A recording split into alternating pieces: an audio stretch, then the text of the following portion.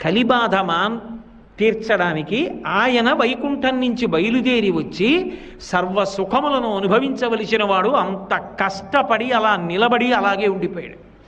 ఉండిపోయి నేనున్నాను అని కాపాడి ఎక్కడో ఎవడో పాపం చేసి ఆర్తి పొందినా సరే ఈసారికి నిన్ను కాపాడుతున్నాను, వద్దురా, నా మాట వినరా, అధర్మం జోలికి వెళ్ళకరా అని మనసు మార్చడం కోసమని వైకుంఠాన్ని వదిలిపెట్టి ఇక్కడికొచ్చి పద్మపీఠం మీద నిలబడిపోయాడు. అంత దయగలిగిన అవతారం ఎక్కడుంటుంది? అంతటి కారుణ్యమూర్తి ఎక్కడుంటాడు? అందుకే వెంకటేశ్వర అవతారంతో మిగిలిన అవతారాల్ని పోల్చి మాట్లాడడానికి అవకాశం లేదు అన్నారు. వెంకటేశ సమోదేవో నభూతో నభవిష్యతి. కాపాడడం ఒక్కటే కాదు, పుణ్యం చేయడం కష్టం కదా. ఈ యుగంలో కలిపురుషుడు పుణ్యం చేయాలి అంటే పెట్టుబడి పెట్టాలి. కాసేపు